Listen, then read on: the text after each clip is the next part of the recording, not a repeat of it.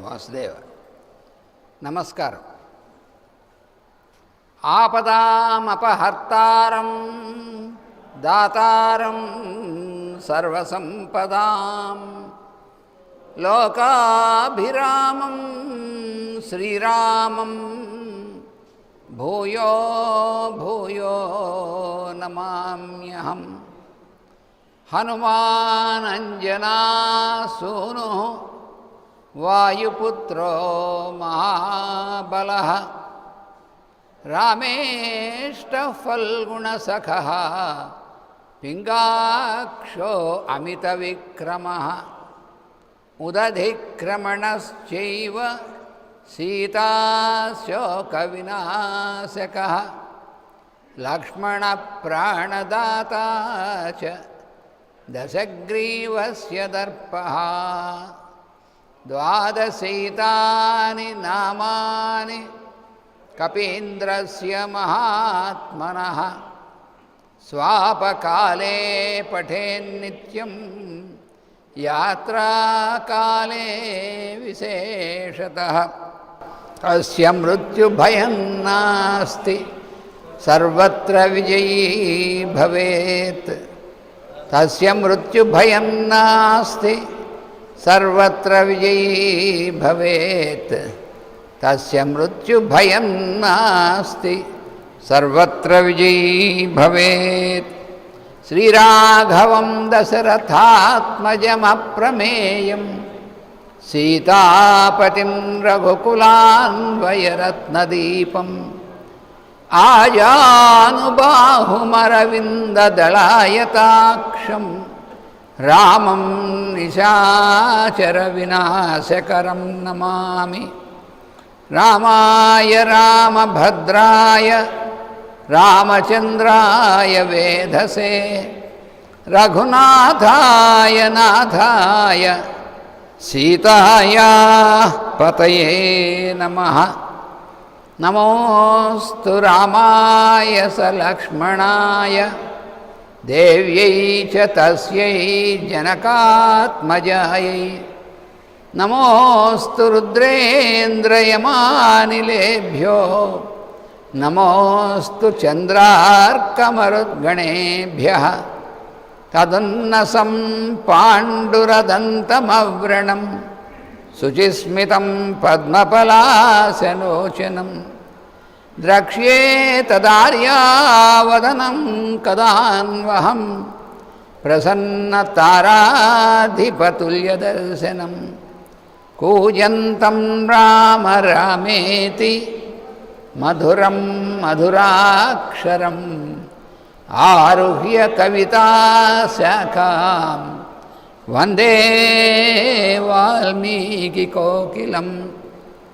సర్వవేదార్థతత్వజ్ఞం వేదార్థప్రతిపాదకం పురాణసారసర్వజ్ఞం కృష్ణం వందే జగద్గురుం.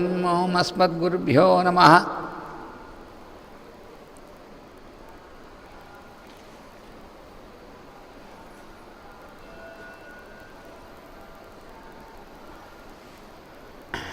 రామ లక్ష్మణ భరత శత్రుఘ్నులు నలుగురు కూడా తమ యొక్క జటావల్కలములన్నీ కూడా విసర్జించారు. అంతేకాకుండా సుగ్రీవుడు విభీషణుడు వాళ్ళకు కూడా అలాగ చక్కగా సంస్కరింపనేటువంటి చేశారు. ఆ తర్వాత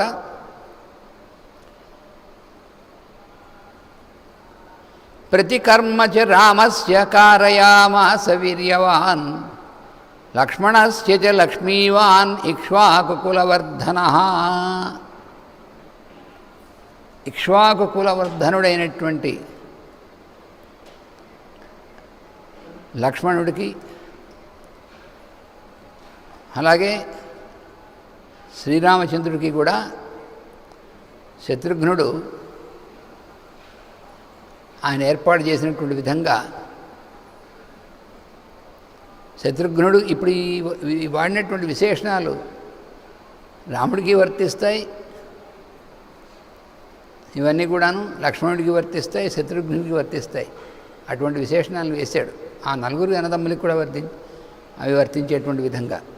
ఇక్ష్వాకు కులవర్ధనుడు, లక్ష్మీవాన్, ఇవన్నీ కూడా. అయితే లక్ష్మీవాన్ అంటే లక్ష్మితో కూడినటువంటి వాడు అనేటువంటిది రాముడికి. కానీ లక్ష్మీ అనేటువంటి కళతో కూడినటువంటి వాళ్ళందరూ కూడా. ఈ విధంగా ఆ శత్రుఘ్నుడు ఇవన్నీ కూడా ఏర్పాటు చేశాడు. రామ లక్ష్మణులకి తాము ఇప్పటిదాకా వనవాసులు, అరణ్యవాసులు అయినటువంటి వాళ్ళు, ఆశ్రమవాసులు అయినటువంటి విధంగా ఉన్నటువంటి దాన్ని మార్చి ఇప్పుడు చక్కగా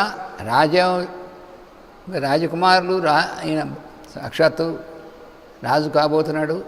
రాజకుమారులు వాళ్ళకి ఉచితమైనటువంటి యథోచితమైనటువంటి వాళ్ళకి ఎలా ఉండాలో అలా ఉన్నటువంటి విధంగా అలంకరణం అనేటువంటిది చేయించడం జరిగింది. అటుపైన ప్రతికర్మ చ సీతాయ సర్వా దశరథ స్త్రియ, అలాగే దశరథ స్త్రియ, దశరథుని యొక్క స్త్రీలు అంటే కౌసల్య, సుమిత్ర, కైకేయులు, వాళ్ళ యొక్క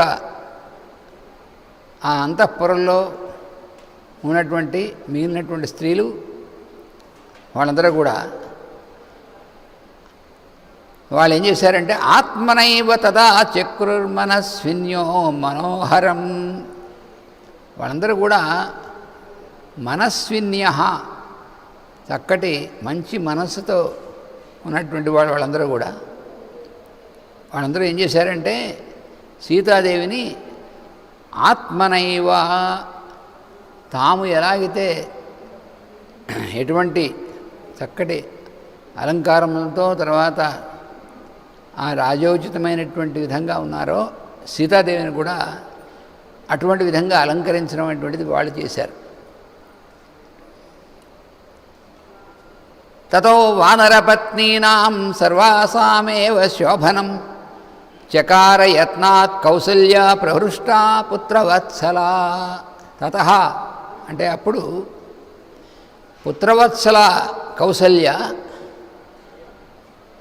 పుత్రులయందు వాత్సల్యము కలిగినటువంటిది అటువంటి కౌసల్యాదేవి యత్నాత్, ప్రయత్నం చేస్తూ, అంటే తను కూడా స్వయంగా అర్థం యత్నాత్ అంటే. ఆవిడ ఏం చేసిందంటే సర్వాసాం ఏవ వానరపత్నీనాం, ఆ వానరుల యొక్క పత్నులు వచ్చారు వాళ్ళు మొదటిసారి వాళ్ళందరూ కూడా వాళ్ళ భర్తలతో అయోధ్యకు వచ్చారు. దానికి కారణం ఎవరు? సీతాదేవి. మనం అక్కడి నుంచి వస్తున్నప్పుడు ఏమండి ఒకసారి మన విమానం కిందకి దింపండి, కిష్కిందకు వచ్చినప్పుడు ఇది కిష్కింద అని చెప్తున్నాడు రాముడు. అయితే ఒకసారి మన విమానం కిందకి దింపండి అంది ఆవిడ. దింపాడు. ఆవిడ అనగానే విమానం కిందకి దిగింది అంతే. ఎందుకంటే అది మనోరథాన్ని బట్టి వెళ్ళేటువంటిది. అలా సీతమావారు అనగానే కిందకి దిగింది విమానం. దిగిన తర్వాత ఏమండి పాపం వీళ్ళందరూ కూడా మన దగ్గరికి వచ్చి వాళ్ళ భార్య పిల్లల్ని ఇళ్ళు అన్నీ కూడా వదిలిపెట్టి యుద్ధంలో మనకు వచ్చినటువంటి వాళ్ళు కదా, వాళ్ళ స్త్రీలు కూడా వాళ్ళతో పాటు వాళ్ళ భర్తలతో పాటు వాళ్ళు కూడా వస్తే, ఇప్పుడు మన ఇద్దరం ఎలా అయితే వెళ్తున్నామో వాళ్ళు కూడా స్త్రీలతో వస్తే, వాళ్ళు భార్యాభర్తలుగా వస్తే ఎంతో బాగుంటుందండి అంటే తప్పకుండా అన్నాడు రాముడు. అప్పుడు సుగ్రీవుని పిలిచి ఏమయ్యోయ్ మీ వాళ్ళందరికీ చెప్పు, వాళ్ళందరినీ కూడా మీ వాళ్ళ భార్యలు తీసుకురమ్మను, అందరికీ చోటు ఉంది ఈ పుష్ప విమానంలో అని చెప్పాడు. అలా వాళ్ళందరూ కూడా అయోధ్యకు వచ్చారు.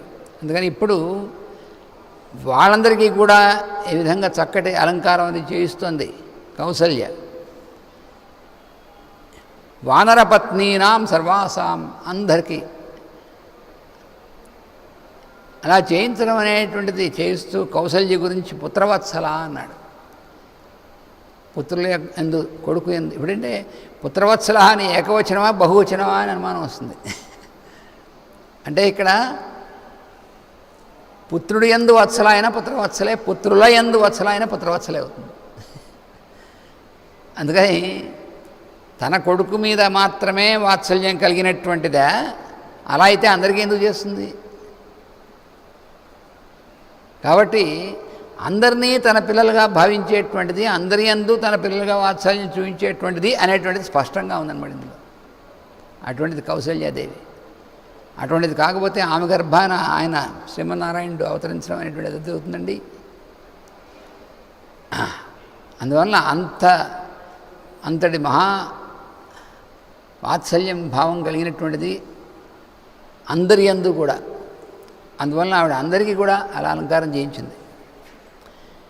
తతశక్తృఘ్నవచనాత్ సుమంత్రో నామ సారథి యోజయిత్వా అభిచక్రామరథం సర్వాంగశోభనం. అప్పుడు శత్రుఘ్నుడు సుమంత్రుడిని పిలిచి, అయ్యా రథాన్ని సిద్ధం చేయవలసింది, మనం మరి సామ్రాజ్య పట్టాభిషేకానికి మా అన్నగారిని వాళ్ళని తీసుకువెళ్ళాల్సి ఉంటుంది, ఆ రథాన్ని చక్కగా సిద్ధం చేయమంటే అప్పుడు సుమంత్రుడు మన అందరికీ బాగా పరిచితుడే. ఇందాక కూడా మన విజయసారథి కూడా గుర్తు చేశాడు. కైకేయీ దేవిని ముందుగా ఆమెని రావణ్ణి పంపించడం అనేటువంటి దీనివల్ల గట్టిగా దర్శించినటువంటి వాడనమాట. దశరథుడు ఎదురుకుండానే అంటే అమ్మో ఒక సారథి మహారాణిని అలా అనగలడా అంటే అది సుమంత్రుడికి ఉన్నటువంటి ఆ దశరథుడి యొక్క కుటుంబంలో సుమంత్రుడికి ఉన్నటువంటిది, ఆయన రథం తోలేటువంటి వాడు అయినప్పటికీ అతనికి ఒక పెద్దరికం అనేటువంటిది దశరథ మహారాజు దగ్గర నుంచి అందరూ కూడా ఇచ్చారు సుమంత్రుడిని. అంత ఫ్రీడమ్ అన్నమాట అటువంటి వాడు సుమంత్రుడు అంటే. అందుకనే మనకి భవభూతి మహాకవి ఆయన రాసినటువంటి ఉత్తర రామచరిత నాటకంలో ఒక చోట రాముడు అప్పుడు పట్టాభిషిక్తుడు అయిపోయాడు కదా, సుమంత్రుడు రామభద్ర అని పిలిచి, అరే పొరపాటు మాట్లాడాను, మహారాజా అని పిలుస్తాడు. అంటే దశరథుడు చిన్నప్పటి నుంచి కూడా ఈ సుమంత్రుడు, దశరథుడు అప్పటికి 60,000 సంవత్సరాలు వయస్సు వాడు రామచంద్రుడు వాడు పుట్టేవాడికి. అంటే అప్పటి నుంచి ఉన్నాడు ఈ సుమంత్రుడు. అటువంటి వాడు మరి రామలక్ష్మణులు వీళ్ళందరినీ కూడా, వీళ్ళ పిల్లలందరినీ కూడా ఎత్తుకున్నటువంటి వాడు. ఇవాళ రామచంద్రుడు పట్టాభిషిక్తుడై మహారాజు అయిన తర్వాత కూడా అలవాటు చొప్పున రామభద్ర అని పిలిచి, అరే రేపు పొరపాటు అయిన మహారాజా అని పిలిస్తే రాముడు అంటాడు, లేదు నువ్వు నన్ను రామభద్ర అని పిలవాలంటాడు రాముడు. నువ్వు నన్ను రామభద్ర అని పిలిస్తే నాకు ముచ్చటగా ఉంటుంది, కానీ నువ్వు కూడా నన్ను మహారాజా అంటే ఏం బాగుంటుంది, వద్దొద్దు అన్నాడు. అందువల్ల సుమంత్రుడు అంటే వాళ్ళందరికీ కూడా అంతటి అతని యందు కూడా గౌరవంగా ఉండేటువంటి విధంగా ఉంటారంటే మరి వాళ్ళు ఎటువంటి వాళ్ళు చూడండి. అంటే అందరూ ఏదో సమానంగా ఉండాలి అని అరవడం కాదు, సమానంగా ఉండడం వాళ్ళ యొక్క లక్షణం అనమాట. అంతేగాని అందరినీ సమానంగా చూడాలి అంటూ అరుస్తూనే ఉంటారు, కానీ లోపల అంత విరుద్ధంగా ఉన్నటువంటిది. వీళ్ళలా కాదు, వీళ్ళందరూ కూడా అందరినీ తమలా చూసుకుంటారు అంతే. అలాగా పిలిచి అప్పుడు ఆ సుమంత్రుడు వచ్చి సర్వాంగ శోభనంగా ఆ రథాన్ని సిద్ధం చేశాడు. అగ్న్యర్కామల సంకాశం దివ్యం దృష్ట్వా రథం స్థితం ఆరోహ మహాబాహు రామ పరపురంజయ. ఆ రథం సుమంత్రుడు సిద్ధం చేసినటువంటి రథం ఎలా ఉందంటే అగ్ని అర్క అమల సంకాశం, అగ్నిలాగా, అర్క అంటే సూర్యుడిలాగా దేదీప్యమానమైనటువంటి విధంగా ఉన్నటువంటిది ఆ రథం. అంత ప్రకాశవంతంగా ఉండే రథం ఆయన సిద్ధం చేసినటువంటిది. అది చూసి రాముడు ఆ రథంలోకి ఎక్కాడు. ఆరురోహ రామ పరపురంజయ. సుగ్రీవో హనుమాన్శ్చైవ మహేంద్ర సదృశద్యుతి స్నాతౌ దివ్యనిభైర్వస్త్రై జగ్ముహు శుభకుండలౌ. సుగ్రీవుడు హనుమంతుడు వాళ్ళిద్దరూ కూడా ఇంద్రుడితో సమానమైనటువంటి కాంతి కలిగినటువంటి వాళ్ళు అంటున్నాడు. సుగ్రీవో హనుమాన్ సేవ, వాళ్ళిద్దరూ కూడా మహేంద్ర సదృశ ద్యుతి, ఇంద్రుడితో సమానమైనటువంటి తేజస్సు కలిగినటువంటి వాళ్ళుగా ఉన్నారట వాళ్ళు. వాళ్ళిద్దరు కూడా స్నాతౌ, చక్కగా మంగళ స్నానాలు చేశారు వాళ్ళు. దివ్యాభరణై, వస్త్రై దివ్యాభై వస్త్రై జగ్ము శుభకుండలవు. మంచి వస్త్రాలు, మంచి కుండలములు ఇవన్నీ కూడా వాళ్ళు అలంకరించుకున్నారు, వాళ్ళకి అలంకరింపబడ్డాయన్నమాట ఇవి. సర్వాభరణ జుష్టాశ్చ యయుస్తా శుభకుండలా సుగ్రీవ పత్న్య సీతా చ ద్రష్టం నగర ఉత్సుకా. అలాగే సీతాదేవి ఆవిడతో కలిసి సుగ్రీవ పత్నులు అంటే తార రుమ వాళ్ళిద్దరూ కూడా వీళ్ళందరూ కలిసి నగరం ద్రష్టం ఉత్సుకా. వాళ్ళని ఎందుకు తీసుకొచ్చిన సీతాదేవి అంటే వాళ్ళందరూ కూడా అయోధ్య నగరం ఎంత బాగుంటుందో చూద్దామనేటువంటి కుతూహలం వాళ్ళ మనసులో ఉంది. అది తెలిసే సీతాదేవి వాళ్ళని తీసుకొచ్చింది, సుగ్రీవుడి యొక్క భార్యను. లేదా వాళ్ళని తీసుకురావడం, ఆవిడ చెప్పిన పాపం వాళ్ళంతా అయోధ్య నగరం అని చూస్తారండి అని. ఇప్పుడు సీతాదేవి వాళ్ళని కూడా పెట్టుకుని అయోధ్య నగరం చూపించడం అనేటువంటి తన స్వయంగా చూపిస్తుంది వాళ్ళకి. అశోకో విజయశ్చైవ సిద్ధార్థశ్చ సమాహితాః మంత్రయన్ రామ వృద్ధ్యర్థం నగరస్య చ. ముగ్గురు మంత్రులు ఉన్నారు. అశోకుడు అనేటువంటి వాడు, విజయుడు, సిద్ధార్థుడు అనే వాళ్ళందరూ కూడా సమాహితాః వాళ్ళందరూ అక్కడికి రాబడ్డారు. వాళ్ళందరూ కూడా మంత్రయన్ రామ వృద్ధ్యర్థం నగరస్య చ. వాళ్ళు రాముడి యొక్క వృద్ధి, నగరం యొక్క వృద్ధి రెండిటి యందు కూడా వాళ్ళు సమమైనటువంటి విధంగా పనిచేసేటువంటి వాళ్ళు. అంటే రాముడు పరిపాలకుడు కాబోతున్నాడు. ఆయన వృద్ధి అనేటువంటిది, ఆయన వృద్ధి అంటే ఏమిటి? ఎప్పుడూ దానికి అంటే వృద్ధి అంటే కోశాగారం పెరిగిపోవడం లేతే ఇవన్నీ అది కాదు. మంచి చక్కటి అభివృద్ధి అనేటువంటిది ప్రజలందరికీ కూడా చక్కగా ఏ ఇబ్బందులు లేకుండా ప్రజలందరూ సుఖంగా ఉండేటువంటిది అది ఆ అభివృద్ధి అన్నమాట. అందుకని నగరస్య చ రామస్య ఇద్దరివి ఆ రెండిటి యందు కూడా వీళ్ళు దాని యందు ఏకాగ్రతతో పనిచేసేటువంటి వాళ్ళు అన్నమాట వీళ్ళు. సర్వమేవ అభిషేకార్థం జయార్హస్య మహాత్మనః కర్తుమర్హధరామస్య యద్ మంగళపూర్వకం. వాళ్ళు ఈ మంత్రులు ముగ్గురు కూడా మిగిలినటువంటి వాళ్ళందరికీ ఆదేశాలు ఇచ్చారు, చెప్తున్నారు ఏమిటంటే సర్వమేవ అభిషేకార్థం జయార్హస్య మహాత్మనః. మహాత్ముడైనటువంటి వాడు, మహాత్ముడు అంటే ఏమిటి అర్థం అంటే మరి మనం అందరం కూడా ఆత్మవంతులమే. ఆత్మ కాకుండా ఉన్నటువంటి వాడు ఎవరు ఉంటారు కదా. మహాత్ముడు అంటే ఏమిటంటే మహత్ అంటే అర్థం ఏమిటంటే అంతటా వ్యాపించి ఉన్నటువంటిది. మహత్ అనేటువంటి మాటకి ఆకాశం అనేటువంటి అర్థం ఉంది. అంతా వ్యాపించి ఉన్నటువంటిది కాబట్టి ఆకాశాన్ని మహత్ అంటారు. ఈ మహాత్మ అని ఎందుకంటారంటే అంతా వ్యాపించినటువంటి ఆత్మ అంటే అందరికీ అందరూ ఉన్నటువంటిది అంతర్యామి అయినటువంటి వాడు అనమాట. అటువంటి లక్షణం కలిగినటువంటి వాడిని మహాత్మ అంటారు. మనం అందరినీ అంటే అందరిలోనూ మహాత్ముడుగా అందరినీ చూడొచ్చు, అంతర్యామి తప్పులేదు. కానీ అసలు అంత వ్యాప్తి చెందినటువంటిది అనమాట. ఆయన తానుగా అందరిలోనూ వ్యాప్తి చెందినటువంటి వాడు, అటువంటి వాడిని మహాత్ముడు అంటారు. అంటే ఎవరైతే తన యొక్క ప్రేమ లక్షణంతో అందరి యందు వ్యాప్తి చెంది ఉంటాడో అటువంటి వాడు అందరూ కూడా మహాత్ముల్ని అండమైనటువంటి సమంజసం. ఎందుకని గాంధీ మహాత్ముడు అన్నాం, మరి మన మాస్టర్ గారు వాళ్ళందరినీ మహాత్ములు అంటాం. అదే మహాత్మా అనేటువంటి పదం అంత అర్థం ఉందన్నమాట దానికి. అందుకని వీళ్ళందరూ కూడా చెప్తున్నారన్నమాట. ఈ మంత్రులు ముగ్గురు కూడా వాళ్ళ ఆదేశాలు ఇస్తున్నారు.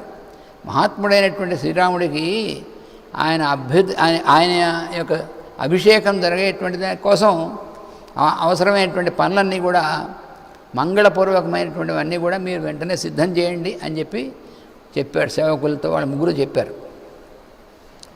ఇతి తే మంత్రిణ సర్వే సందిశ్య చ పురోహితః నగరాన్నిర్యయుస్తూర్ణం రామదర్శన బుద్ధయః. ఈ విధంగా వాళ్ళు ఆ మంత్రులు తర్వాత పురోహితుడు అయినటువంటి ఆయన వాళ్ళందరికీ కూడా వాళ్ళు తెలియజేసి చెప్పి ఆ మంత్రులు, ఈ పురోహితులు వీళ్ళందరూ కూడా రాముని యొక్క దర్శనం కోసం వాళ్ళందరూ కూడా రామదర్శన బుద్ధయ, రాముని దర్శించడం కోసం నగరాత్ నిర్యయు, నగరం నుంచి బయలుదేరి బయటికి వెళ్ళారట. అంటే ఏమిటి, వీళ్ళందరూ కూడా రాముడు ముందుగా పౌరుల దగ్గరికి వెళ్ళాడనమాట, అదే అర్థం. లేకపోతే వీళ్ళందరూ బయటికి రాముడిని చూడడం కోసం బయటికి వెళ్ళారంటే అర్థం ఏమిటి? అర్థం అంటే రాముడు ఏం చేశాడు, అసలు పౌరుల్నే అసలు మొట్టమొదటి అసలు వాళ్ళందరినీ కూడా పౌరులందరినీ చూసి వాళ్ళందరినీ కూర్చుని వాడికి మీరందరూ బాగున్నారు, ఇందాక మీసారి చెప్పాడు, గుర్తు చేశాడు. మొట్టమొదటి ప్రజలు ఎందుకు రాముడు కావాలన్నారు, ప్రతి ఒక్కరిని మీ ఇంట్లో అందరూ బాగున్నారా, వీళ్ళు బాగున్నారా, అందరినీ కూర్చొని అడగడం అనేటువంటి అలవాటు రాముడికి. అందుకని 14 సంవత్సరాల తర్వాత మళ్ళీ వచ్చినటువంటి వాడు ఆ రాజమహల్లో కూర్చుని ఏసీలో కూర్చుంటాడు. ఆయన పౌరుల్లోకి వెళ్ళి అందరినీ ప్రతి ఒక్కరిని కూడా మీరందరూ బాగున్నారా, మీ ఇన్నాళ్ళ నుంచి మరి వాళ్ళు దూరంగా ఉన్నాడు కదా పాపం, అందుకని అందుకని ఇప్పుడు రామ దర్శన బుద్ధయ, వీళ్ళందరూ కూడా రాముడిని చూడాలి అంటే అక్కడికి వెళ్ళాలి, అంటే వీళ్ళు కూడా పౌరుల్లోకి వెళ్ళాలన్నమాట. ఇప్పుడు అదే అర్థం, అందరూ కూడా పౌరుల్లోకి వెళ్ళడమే, ఎందుకంటే రాముడు ఉండేటువంటిది అక్కడ వాళ్ళతో కాబట్టి. హరియుక్తం సహస్రాక్షో రథమింద్ర ఇవానఘ ప్రేయౌ రథమాస్థాయ రామో నగరముత్తమం. రాముడు అప్పుడే రథం ఎక్కడం బయటికి వెళ్ళడం అంతా కూడా అయిపోయింది, ఇంకా వీళ్ళు కూడా వెనకాల వెళ్తారనమాట. ఎలా అయితే సహస్రాక్షుడైనటువంటి ఇంద్రుడు ఆయన ఆకుపచ్చని ఉన్నటువంటి గుర్రాలు ఉన్నటువంటి రథాన్ని ఎక్కుతాడో, సహస్రాక్ష రథం ఇంద్ర ఇవ అనఘ హరియుక్తం. హరియుక్తం అంటే ఇక్కడ హరియుక్తం అంటే ఆకుపచ్చని గుర్రాలు కట్టబడినటువంటిది అనేటువంటిది కాదు. హరియుక్తుడు అంటే హరి అయినటువంటి వాడు ఆయన అనేటువంటిది, రెండు కూడా సరిపోతుంది. అయితే ఇక్కడ హరియుక్తం అంటే ఆకుపచ్చని గుర్రాన్ని, గుర్రాలు ఆకుపచ్చగా ఉండడం ఏమిటండి అంటే అక్కడ విశేషం ఉంది. ఆకుపచ్చని గుర్రాలు కలిగినటువంటి వాడు ఎవడు? సూర్యుడు. సూర్యుడికి 7 గుర్రాలు ఉంటాయి. పాపం వాళ్ళు క్యాలెండర్లో 6 గుర్రాలు వేస్తూ ఉంటారు తెలియక. సప్తాస్వరథమారూఢం అని కదా మనకి శ్లోకం, తప్పు, అసలు కరెక్ట్గా ఇచ్చారు. 7 గుర్రాలు అనేటువంటివి, ఈ 7 అనేటువంటి తత్వం అంతా కూడా ఆ సూర్యుడి నుంచి మనకు సృష్టిలోకి వచ్చినటువంటిది. మరి రాముడు ఆ సూర్యుడికి మూలపురుషుడైనటువంటి వాడు, అసలు ఆయనకు కూడా సూర్య వంశంలో మళ్ళీ దిగి వచ్చినటువంటి వాడు. అందుకని ఈయన హరియుక్తం. మళ్ళీ సహస్రాక్ష అన్నాడు, ఇంద్రుడిలాగా. మాటిమాటికి ఇంద్రుడితో ఎందుకు పోలుస్తారు రాముణ్ణి? ఇటు ఇంద్రుడితో చాలాసార్లు పోల్చాడు వాల్మీకి మహర్షి, అటు శివుడితో పోల్చాడు. అంటే అందరు దేవతలు కూడా ఈయన స్వరూపులే అన్నమాట. తర్వాత ఇంద్ర శబ్దం అనేటువంటిది ఏమిటంటే అందరికీ నాయకుడైనటువంటి వాడు, అందరినీ పరిపాలించేటువంటి వాడు అనేటువంటి దాంట్లో కూడా ఇంద్ర శబ్దం అనేటువంటి దానికోసం వాడతారు. అందుకని ఇంద్రుడిలా. అంటే ఇక్కడ అయితే సహస్రాక్షో అని ఎందుకు వేశాడంటే ఈ సామాన్యార్థమే ఇదే కాదు, సహస్రాక్ష అనేటువంటి సాక్షాత్తు దేవేంద్రుడు అనేటువంటి తెలియజేయడం కోసం దేవేంద్రుడిలాగా అని. అలాగా రథం ఎక్కి ప్రేయవు రథం ఆస్థాయ, రథంలో ఉండి నగరం ఉత్తమం, ఆ ఉత్తమమైనటువంటి నగరంలోకి ముందే రాముడు బయలుదేరాడు. అలా వెళుతున్నటువంటి రాముడితో ఎవరున్నారంటే జగ్రాహ భరతో రశ్మీన్ శత్రుఘ్నశ్చత్రమాదదే లక్ష్మణో వ్యజనం తస్య మూర్ధ్ని సంవీజయన్స్తదా. భరతుడు ఏం చేశాడంటే జగ్రాహ రశ్మీన్, ఆ గుర్రాలని తోలేటువంటి పగ్గాన్ని భరతుడు పట్టుకున్నట్ట. అది చూడండి, అంటే సుమంతుడు సిద్ధం చేయమని చెప్పాడు, కానీ సిద్ధం చేసిన తర్వాత ఎవరు నడుపుతున్నారు ఇప్పుడు రథాన్ని అంటే ఆ రథాన్ని నడిపేటువంటి వాడిగా భరతుడు ఉన్నట్ట. రాముడిని రథంలో కూర్చోబెట్టారు, భరతుడు ఆ గుర్రాల యొక్క పగ్గాన్ని పట్టుకున్నట్ట. జగ్రాహ అంటే చేత్తో తీసుకున్నాడు. శత్రుఘ్నుడు ఏం చేశాడు? ఛత్రమారదే, వెనకాల ఛత్రం పట్టుకుంటారు కదా, పెద్ద గొడుగు శ్వేతఛత్రం అనేటువంటిది, అది శత్రుఘ్నుడు పట్టుకున్నాడు. లక్ష్మణో వ్యజనం తస్య మూర్ధ్ని సంవీజయన్స్తదా. ఆ రాముడి యొక్క పైన అలాగ ఒకసారి ఆ విసనక అంటే ఆ పట్టుతో ఉన్నటువంటి వస్త్రంతో చేసినటువంటి వ్యజనం ఉంటుంది, దాన్ని అలా వీయడం అనేటువంటిది లక్ష్మణుడు వీస్తున్నాడు. అంటే సేవకుల్ని పెట్టి వాళ్ళ చేతి చేయించడం కాదు, తమ్ముళ్ళ ముగ్గురు వాళ్ళే స్వయంగా చేస్తున్నారు రాముడికి. అంటే రాముని యందు ముగ్గురు తమ్ముళ్ళు కూడా అంతటి భక్తిభావం, అంత ప్రేమ కలిగినటువంటి వాళ్ళు. శ్వేతం చ బాల వ్యజనం జగృహే పరితస్థిత అపరం చంద్రసంకాశం రాక్షసేంద్రో విభీషణ. లక్ష్మణుడు ఒక పక్కన ఆయన వ్యజనం చేస్తే మరో పక్కన విభీషణుడు రెండో పక్క నుంచి చంద్రుడితో సమానమైనటువంటి కాంతి కలిగినటువంటి తెల్లటి వ్యజనాన్నే శ్వేతం చ బాల వ్యజనం పరితః స్థిత పక్కన ఉన్నటువంటి వాడై విభీషణ జగృహే ఆయన పట్టుకున్నాడు. అపరం రెండవది అయినటువంటి చంద్రసంకాశం వ్యజనం చంద్రుడిలా ఉన్నటువంటి అంత తెల్లగా ఉన్నటువంటి ఆ వ్యజనాన్ని రాక్షసేంద్రుడు అయినటువంటి రాక్షస రాజు అయినటువంటి విభీషణుడు పట్టుకున్నాడు. అదేమిటి, ఎందుకనంటే విభీషణుడు కూడా అంత ఇంపార్టెన్స్ ఇచ్చారు. ఋషిసంగై స్తదా ఆకాశే దేవైశ్చ సమరుద్గణై స్తూయమానస్య రామస్య శుశ్రువే మధురధ్వని. అందరికీ కూడా మధురమైనటువంటి ధ్వని వినబడుతుంది. ఎక్కడి నుంచి? ఆకాశం నుంచి. ఆ ధ్వని ఏమిటది? ఒకటి ఋషిసంగై, ఋషులు అయినటువంటి వాళ్ళు ఉన్నారే వాళ్ళందరూ కూడా, ఆ ఋషులందరూ కూడా వాళ్ళు ఏం చేస్తున్నారు? శుశ్రువే మధురధ్వని స్తూయమానస్య, స్తోత్రం చేస్తున్నారు వాళ్ళు ఋషులు. దేవైశ్చ, దేవతలు. మరుద్గణై, మరుద్గణములు. వీళ్ళందరూ కూడా కలిసి ఆకాశంలో అంతరిక్షంలో ఉండి రామస్య స్తూయమానస్య, స్తుతింపబడుతున్నాడు. వాళ్ళందరూ స్తోత్రం చేస్తున్నారు రాముణ్ణి.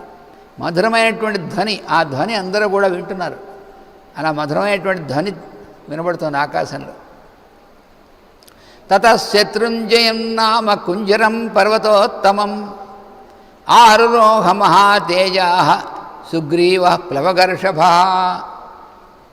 సుగ్రీవుడికి ఆయన ఎక్కి రావడం కోసం ఏం ఏర్పాటు చేశారు చూసారా? శత్రుంజయము అనేటువంటి ఒక పెద్ద ఏనుగు ఉంది. ఆ ఏనుగుని ఎలా ఉంది? పర్వతోపమం, ఒక పెద్ద పర్వతంలా ఉంది ఆ ఏనుగు. ఆ ఏనుగుని ఆరురోహ సుగ్రీవ ప్లవగర్షభ, వానర శ్రేష్ఠుడైనటువంటి సుగ్రీవుడు ఆ ఏనుగు ఎక్కాడు. ఆయన పర్వతోపమం, ఆయన పర్వతంలాగే ఉంటాడు. సుగ్రీవుడు పెద్ద మహాకాయుడు కదా ఆయన కూడా. ఆ ఏనుగు పర్వతోపమైనటువంటి ఆయనకు తగినటువంటి ఏనుగు, మంచి శ్రేష్టమైనటువంటి ఏనుగుని ఆ ఏనుగు మీద ఆయన ఎక్కాడు మన అంబారిలో. నవనాగ సహస్రాణి యయుర్ ఆస్థాయ వానరాః మానుషం విగ్రహం కృత్వా సర్వాభరణభూషితాః. అలాగే నాగ సహస్రాణి నవ అంటే ఏనుగులు అన్నీ ఎన్నున్నాయట వాళ్ళు ఎక్కినటువంటివి. అంటే మొట్టమొదటి పెద్ద ఏనుగుని సుగ్రీవుడు ఎక్కాడు. ఈ మిగిలినటువంటి వానరులు అందరూ ఉన్నారే, వానరులు వాళ్ళ స్త్రీలు వాళ్ళందరికీ వాళ్ళందరికీ కూడా మంచి ఏనుగులు ఏర్పాటు చేశారు. అవి ఎన్నున్నాయో తెలుసునా అండి? నవ నాగ సహస్రాణి, 9,000 ఏనుగులుట. 9,000 ఏనుగుల మీద వాళ్ళందరూ వానరులందరూ కూడా వానర రూపంలో కాదు, మానుష విగ్రహం కృత్వా, మానవ రూపంలో. అంటే వాళ్ళందరూ కామరూపులు కదా, అందుకని వానరములు ఏనుగు ఎక్కడం అనేటువంటిది అంత ఇదిగా ఉండదు కదా. అందుకని ఇక్కడ మానవ రాజ్యం కదా ఇది. అందుకని వాళ్ళు కూడా మానవ విగ్రహం కృత్వా సర్వాభరణ భూషితా, మానవ వేషంలో ఉండి, మానవ రూపంలో ఉండి అన్ని ఆభరణాలు అలంకరించుకున్నటువంటి వాళ్ళై వాళ్ళందరూ కూడా ఏనుగుల మీద మొత్తం 9,000 ఏనుగులు. నవనాగ సహస్రాన్ని, నవసహస్రం నుండి 9,000 అనమాట. ఆ ఏనుగుల మీద ఎక్కారు వాళ్ళు. శంఖ శబ్ద ప్రణాదైశ్చ దుందుభీనాం చ నిస్వనై ప్రయౌ పురుష వ్యాఘ్రస్తాం పురీం హర్మ్యమాలినీం. అప్పుడు పురీం హర్మ్యమాలినీం, ఆ అయోధ్యానగరం ఎలా ఉందంటే హర్మ్యములు, మంచి మంచి పెద్ద పెద్ద భవనాలు మాలలుగా, అంటే వరుసలో ఉన్నటువంటి పెద్ద భవనాలు ఉంటే ఆ భవనముల యొక్క శ్రేణులు మానలుగా ఉన్నటువంటి దాంట్లో ఆ నగరంలోనూ రాముడు శంఖ శబ్ద ప్రణాదైశ్చ దుందుభీనాం జనిస్వనై, శంఖములు దుందుభులు ఇవన్నీ వాయిస్తూ ఆ శబ్దములు యొక్క నిస్వనం, వాటి యొక్క శబ్దాలతో పురుష వ్యాఘ్రుడైనటువంటి వాడు, అంటే పురుషుల్లో శ్రేష్ఠుడైనటువంటి వాడు అంటే రాముడు బయలుదేరాడు. దదృశుస్తే సమాయాంతం రాఘవం సపురస్సరం విరాజమానం వపుషా రథేన అతిరథం తదా. అప్పుడు ఆ నగరవాసులందరూ ఉన్నారు చూసారా, వాళ్ళందరూ కూడాను రాముడు ఆ రథం ఎక్కి అలా వస్తుంటే వాళ్ళు ఆహాహా అని ఎంతో ఆ రాముడిని చూడడం, ఎప్పుడు చూస్తుంటారు కానీ మళ్ళీ అలా చూడడం అనేటువంటి వాళ్ళకి ఎంతో ఇష్టంట. అదేమిటోనండి, ఇన్నిసార్లు చూసాం కదా, మళ్ళీ అంటే ఎన్నిసార్లు చూసినా మళ్ళీ అంత ఇదిగానే ఉంటుంది వాళ్ళకి, ఆ నగర్లో ఆ పౌరులందరికీ. వాళ్ళకే కాదు, దేవతలకు ఋషులకు ఒకళ్ళకి ఏమిటి, రాముడిని ఎప్పుడు చూసినా మళ్ళీ చూద్దాం అంటూ చాలాసార్లు చూసాం, ఇంకెంతసేపు చూస్తాం అనిపించదు రాముడిని చూస్తే. అటువంటి వాడు రాముడు. అంటే అందరి యొక్క హృదయాల్లో రమించేటువంటి వాడు అన్నమాట ఆయన. అందుకని వాళ్ళందరూ కూడా, పౌరులందరూ ఆహా ఎంత బాగా ఉన్నాడు అని వాళ్ళందరూ కూడా చూస్తున్నారట. సమాయాంతం రాఘవం సపురస్సరం, రాముడు ముందుగా వస్తుంటే, రాముడితో కూడా వీళ్ళందరూ వస్తుంటే విరాజమానం వపుషా రథేన అతిరథం తదా, దివ్యమైనటువంటి విధంగా ప్రకాశంతో ఉన్నటువంటి వాడు ఆయన. అయోధ్యవాసులందరికీ కూడా వాళ్ళ దృష్టి అంతా కూడా ఆయన మీదే ఉందన్నమాట. ఆ రథంలో అంటే విరాజమానం వపుషా రథేన, ఇక్కడ ఒక చిన్న తమాషా ఉంది. రథేన అతిరథం తదా వపుషా విరాజమానం. వపుహ అంటే శరీరం, వపుషా తన యొక్క శరీరం చేత విరాజమానం అంటే విశేషంగా ప్రకాశిస్తున్నటువంటి వాడు. అంటే విశేషంగా ప్రకాశించడం ఏమిటి అంటే ఎప్పుడు కూడా ఆయన మామూలుగా ఉన్నటువంటి కేవలం భౌతికమైనటువంటి శరీరమే కాకుండా దాని చుట్టూ ఒక కాంతి పుంజం ఉంటుంది అని మనకి స్పష్టం చేశారు మాస్టర్ గారు. శ్రీరాముడికి కానీ శ్రీరామచంద్రుడికి కానీ శ్రీకృష్ణుడికి కానీ ఇద్దరికి కూడా వాళ్ళ దేహం చుట్టూ నీల కాంతి అనేటువంటిది, కాంతి పుంజం ఉంటుంది. అందుకని లీలా మానుషమైనటువంటి వాళ్ళు, వాళ్ళ శరీరం మామూలు శరీరం కాదు. ఒకటేమో రాముడు ఆ యజ్ఞంలోంచి వచ్చినటువంటి ప్రజాపత్య పురుషుడైనటువంటి ఆయన ఇచ్చినటువంటి దివ్యమైనటువంటి దానితో దాని యొక్క దాని ప్రసాదాన్ని స్వీకరించడం అనేటువంటి దాంతో కౌసల్య దేవికి పుట్టినటువంటి వాడు రాముడు. అదే ప్రసాదంతో పుట్టినటువంటి వాళ్ళు మిగిలినటువంటి ముగ్గురు కూడా. అందుకని ఆయనలో భాగాలే వాళ్ళు.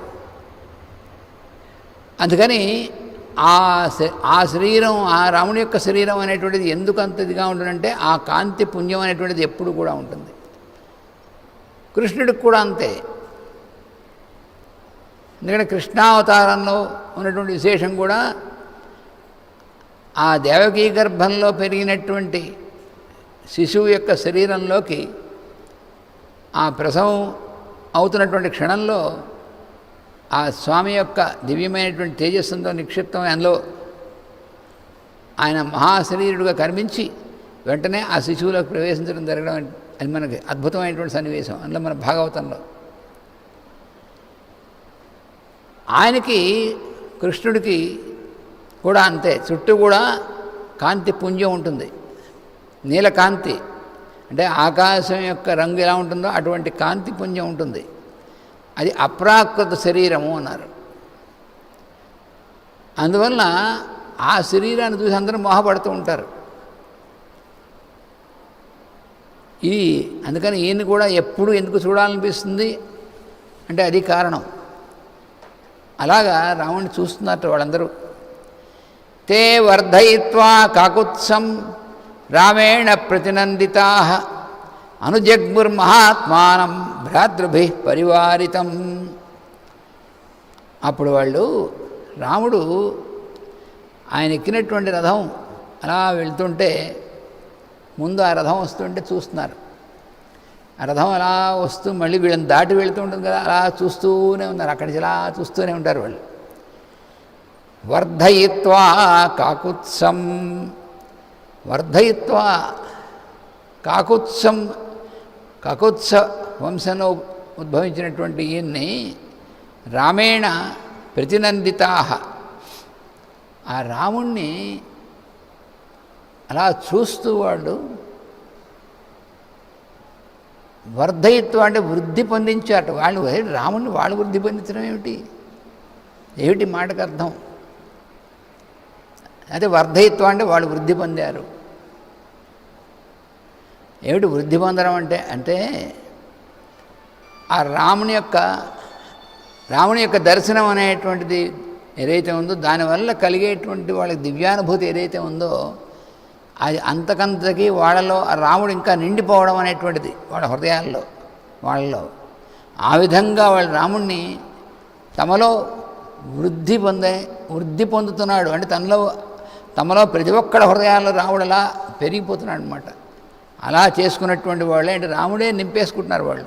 అలా ఉన్నటువంటి వాళ్ళై రామేణ ప్రతినందితాహ, రాముడికి వాళ్ళందరూ కూడా చాలా ఆనందాన్ని చూపిస్తున్నారు. రాముడు ప్రతినందిత అంటే రాముడు కూడా ఆనందంతో వాళ్ళందరికీ రెస్పాన్స్ ఇస్తున్నాడు అనమాట.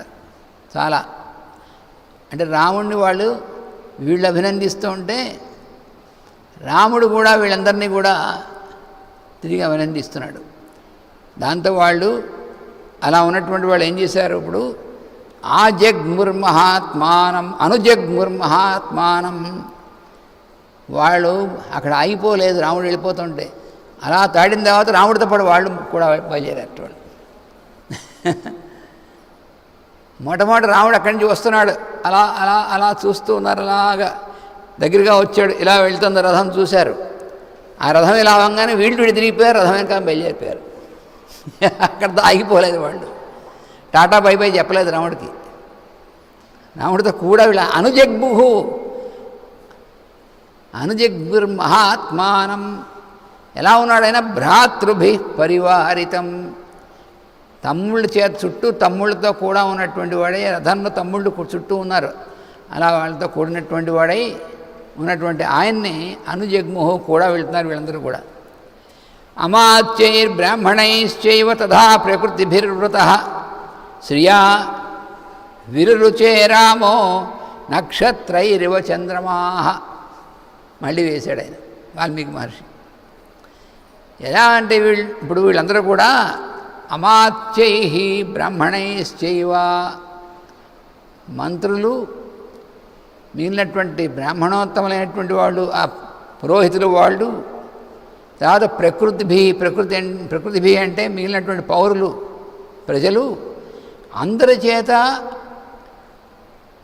భృత ఆవరింపబడి ఉన్నాడు రాముడు. రాముడు ఎప్పుడు వీళ్ళందరూ చుట్టూ ఉంటారు రాముడికి. అసలు ఆయనకి రాముడు అంతే, కృష్ణుడు అంతే.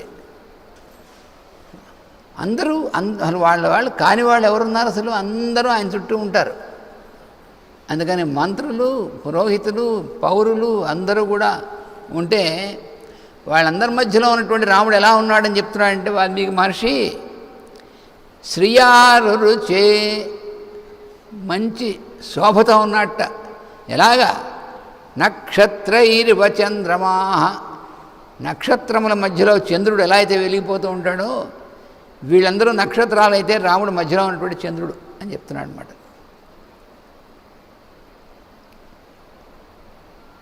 అంటే వీళ్ళందరూ కూడా ప్రకాశం కలిగినటువంటి వాళ్ళే. ఎందుకని రాముడితో అలా ఉన్నారు వాళ్ళందరూ కూడా. వీళ్ళందరి యొక్క ప్రకాశం సమాహారమైనటువంటిది ప్రకాశం, మొత్తం ప్రకాశం అంతా ఆయనలో కనిపిస్తుంది. ఆయన చంద్రుడిలా ఉన్నాడు.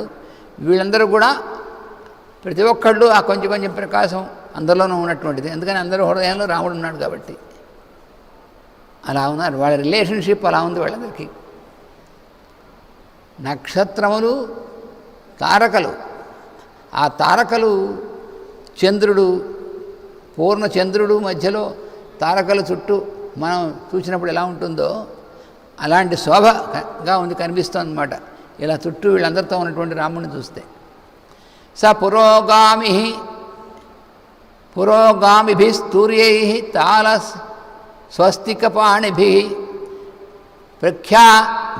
ప్రవ్యాహరద్భి ముదితై మంగళాని ధృతో యయౌ. ఎలా వెళ్తున్నాడంటే ముందుగా నడుస్తున్నటువంటి వాళ్ళు పురోగామిభి, ఈయనకంటే ముందు నడిచేటువంటి వాళ్ళు ఎవరు? తూర్యై తాళ స్వస్తికపాణిభి, ముందు వాయిద్యాలవి వాయిస్తున్నటువంటి వాళ్ళు, స్వస్తి వచనాలు పలుకుతున్నటువంటి వాళ్ళు. వాళ్ళందరూ కూడా ప్రవ్యాహరద్భి ముదితై మంగళాని, చాలా ఆనందంతో మంగళప్రదమైనటువంటి స్తోత్రాలని వాటిని పలుకుతున్నటువంటి వాళ్ళై ఇవన్నీ కూడాను వాళ్ళందరూ ముందు నడుస్తుంటే, వాళ్ళు ముందు నడుస్తుంటే ఈయన కూడా అలా నడుస్తున్నాడు నగర వైపుకి. అక్షతం జాతరూపంచ గావః కన్యా సహద్విజా నరా మోదకహస్తాశ్చ రామశ్చ పురతో యయుః. అప్పుడు రాముడికి ముందు రాముడు నడుస్తూ వీళ్ళందరూ నడుస్తుంది. రాముడికి ఎదురయ్యేటువంటి వచ్చారు కొంతమంది, ఎదురుగా వచ్చినటువంటి వాళ్ళందరూ ఏమిటంటే వాళ్ళందరూ కూడాను చేతిలో పట్టుకుని వచ్చినటువంటి వాళ్ళు అక్షతలు పట్టుకున్నారు చేతిలో వాళ్ళు. తర్వాత జాతరూపంచ, అవి ఎలా ఉన్నాయి అక్షతలు అంటే సువర్ణమయమైనటువంటి పాత్రతో ఉన్నటువంటివి. బంగారం పాత్రలో అక్షతలు పెట్టుకుని గావహ గోవులు, కన్యా కన్యలు, సహద్విజా బ్రాహ్మణులు, వాళ్ళందరూ కూడా ఇంకాను మోదకహస్తాశ్చ, మంచి మంచి స్వీట్స్ అన్నమాట. మోదకములు అంటే, మోదం అంటే ఆనందం కలిగించేటువంటిది కదా. మోదకములు అంటే మనం మంచి చక్కగా వాటి యొక్క రుచిగా ఉండండి మనకు ఆనందం కలిగిస్తే తింటుంటే అటువంటివి అవన్నీ కూడా పట్టుకున్నటువంటి వాడు మోదకహస్త. వాళ్ళందరూ కూడా ముందుగా పురతః రాముడికి ముందుగా నడుస్తున్నారు. వీళ్ళందరూ కూడా పురతః యయుః, వాళ్ళందరూ ముందు నడుస్తున్నారు. ఇవన్నీ పట్టుకుని స్వస్తివాచం పలుకుతూ ఎదురు రావడం కాదు, ముందు నడుస్తున్నారు పురతః. వస్తే సఖ్యం చ రామ సుగ్రీవే ప్రభావం చ అనిలాత్మజే వానరాణాం చ తత్కర్మ హ్యాచక్షే అధమంత్రిణాం. అలాగే మంత్రులైనటువంటి వాళ్ళందరూ కూడా రాముడు తనతో కూడా తనతో మంత్రాంగం చేసినటువంటి వాళ్ళు ఉన్నారే మిత్రులు. ఎవరు? సుగ్రీవుడు, హనుమంతుడు, వాళ్ళందరూ కూడా. వాళ్ళందరితోనూ రాముడు సుగ్రీవే ప్రభావం చ అనిలాత్మజే, సుగ్రీవుడు అనిలాత్మజుడు అంటే హనుమంతుడు, వాళ్ళ యొక్క ప్రభావం, వాళ్ళతో ఉన్నటువంటి సఖ్యం ఇదంతే అంతా కూడా. అలాగే వానరాణాంచ తత్కర్మ, వాళ్ళు చేసినటువంటి అద్భుతమైనటువంటి కర్మ ఇదంతా కూడా ఆచచక్షే అథ మంత్రిణాం, తన మంత్రులతోనూ అయోధ్యలో ఉన్నటువంటి మంత్రులతోనూ ఇగో ఈ సుగ్రీవుడు, ఈ హనుమంతుడు, ఈ వానరులు ఎంత అద్భుతమైన పని చేశారు, ఎంత వాళ్ళ ప్రతాపం చూపించారని వీళ్ళందరికీ కూడా చెప్తున్నట్టు, వాళ్ళ ప్రతాపాన్ని ఈయన వర్ణిస్తున్నట్ట. తనతో కూడా ఉన్నటువంటి అయోధ్యలో ఉన్నటువంటి మంత్రులు కూడా ఉన్నటువంటి వాళ్ళకి వీళ్ళ సంగతి వాళ్ళకి చెప్తున్నట్టు. అంటే రాముడు స్వయంగా వాళ్ళ యొక్క గొప్పతనాన్ని చెప్తున్నాడు ఆయన. శృత్వాచ విస్మయం జగ్ముర్ అయోధ్యాపురవాసిన, అయోధ్యాపురవాసులు అబ్బా అంతటి రాముడే స్వయంగా వాళ్ళ యొక్క ప్రతాపాన్ని గురించి వాళ్ళ యొక్క వైభవాన్ని గురించి చెప్తున్నాడంటే ఆశ్చర్యంగా వింటున్నారు వాళ్ళందరూ కూడా. శృత్వాచ విని విస్మయం జగ్ముహు ఆశ్చర్యం పొందారు ఎవరు? అయోధ్యాపురవాసిన అయోధ్యాపురవాసులు అందరూ కూడా. ఏమిటి వింటూ? వానరాణాం చ తత్కర్మ రాక్షసానాం చ తద్బలం విభీషణస్య సంయోగం ఆచచక్షే అధమంత్రిణాం.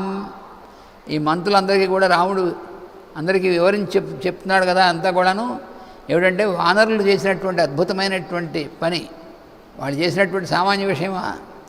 వాళ్ళు చేసినటువంటి ఆ నిర్మాణాది ఆ సేతువును నిర్మించారు. ఎంత 100 యోజనాల మీద సేతువు నిర్మించారు సముద్రం మీద. సముద్రం మీద సేతువు నిర్మించడం అంటే, తర్వాత అంత కోట్ల మంది సైన్యం అంతా కూడా లంకకి వచ్చారు. ఆ యుద్ధంలో వాళ్ళు చేసినటువంటి ఆయుధాలు ఎటువంటివి అన్నీ కూడా పెద్ద పెద్ద పర్వత శిఖరాలు, పెద్ద పెద్ద పర్వత శిఖరాలని అలా లాక్కొచ్చి అవి పెద్ద పెద్ద వృక్షాలని వీటితో రాక్షసులందరినీ వాళ్ళతో యుద్ధం చేశారు. మరి సామాన్యమైనటువంటి విషయం. ఇవన్నీ కూడా రాముడు వీళ్ళందరికీ చెప్తున్నాడు. వీళ్ళందరూ కూడా సామాన్యులు కాదు, ఇలా వచ్చినటువంటి వాళ్ళు అని ఆ వానరుల గురించి, అలాగే విభీషణుడి గురించి, విభీషణుడితో ఎలా కలుసుకోవడం జరిగింది అనేటువంటిది ఇవన్నీ వివరించి చెప్తున్నట్టు రాముడు వాళ్ళకి. ద్యుతిమాన్ ఏతదాఖ్యాయ రామో వానర సంయుత హృష్టపుష్టజనాకీర్ణం అయోధ్యాం ప్రవివేశ. ఈ విధంగా వీళ్ళందరినీ గురించి వర్ణిస్తూ చెప్తూ ఉన్నటువంటి వాడు వానర సంయుత, ఈ వానరులందరితో కూడా కలిసి హృష్టపుష్ట జనాకీర్ణం అయోధ్యాం, అయోధ్య అంతా కూడా ఎలా ఉంది? నగరంలోకి వెళ్తున్నాడు. రాజభవనంలోంచి ఆ మార్గంలోంచి నగరంలోకి వెళ్తున్నాడు. ఆ నగరం ఎలా ఉంది చెప్తున్నాడు. హృష్టపుష్ట జనాకీర్ణం, జనం బాగా కిక్కిరిసి ఉన్నారట. ఎందుకని? రాముడు వస్తున్నాడు, ఆయనకి ఎదురుగా వచ్చి చూసి ఆయన చూడాలని. ఆ జనం ఎలా ఉన్నారంటే హృష్ట, మంచి సంతోషంతో నిండి ఉన్నారట. ఎంతో సంతోషంతో నిండి ఉన్నట్టు వాళ్ళందరూ. అలాగే పుష్ట, వాళ్ళందరూ కూడా మంచి పుష్టిగా ఉన్నారంటే మంచి బాగా బలిసి ఉన్నారని అర్థం.